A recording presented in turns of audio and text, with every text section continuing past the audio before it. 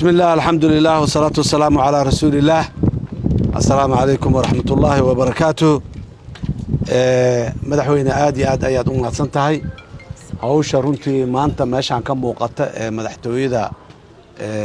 dowladda Galmudug waa runtii hawl aad iyo aad loogu farxo oo qurux badan dadka deegaankan iyo dowladooduna ay iska kaashadeen oo ay qabteen hawshaan runtii waa ku bogaadinayaa waan idinku hambalyeynaya sida quruxda badan iyo dhismayaasha quruxda badan runtii iyo madaxtooyada sidaan u balaaran baaxadaan la runtii marka la arko wax aad iyo aad loogu farxo waaye hambalyaan idin leeyahay dadka reer Galmudug meel kastoo ay joogaan astaan dawladeed oo muuqata oo xoog badan oo qurux badan ayaa ka muuqata runtii Dhuusamareeb iyo caasimadda Galmudug runtii waqtiyo badan aan la soo maray oo hore Galmudug marba heeray joogtay maanta aad iyo aad ayay uga sarreysaa meelihii ay joogi jirtay meel u dhow maaha intaan iyo in la mid ah in dhow ma jiri jirin astaan calaamay u tahay intaan kaliya maaha horumarku waa ka badan yahay intaan laakiin tana astaan u ah in uu deegaanku soo kabanayo oo soo horumarayo shalana magaalooyinkii aan tagay runtii magaalooyin aad iyo aad u fiican dhismayaal fiican leh oo aan qiyaasaya haddii khawaarijtu aanay joogi lahayn inay aad iyo aad intaa uga sii ballaarnaa lahaayeen dowladda Galmudug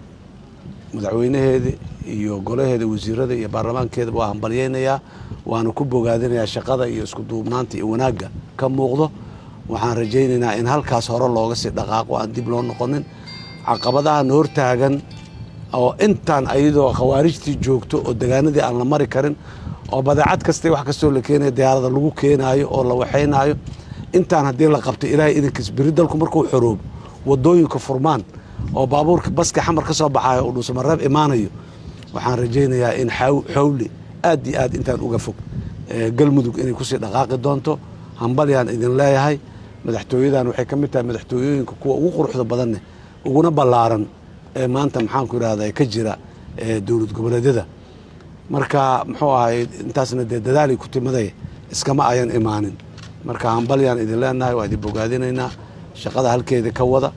إن شاء الله وماشي عن قروح ذا بدنن وأبوسه نسينا ضلنا ديالي إن شاء الله يا ما رنتي اللي قلنا آدي آد وقروح بدن أو محمد الجناشي بدن وكم موضوعي مركا همبليو غير Galmudug لما أنت سأودنتين حاجة همبليو آدي آد وما سكين السلام عليكم ورحمة الله وبركاته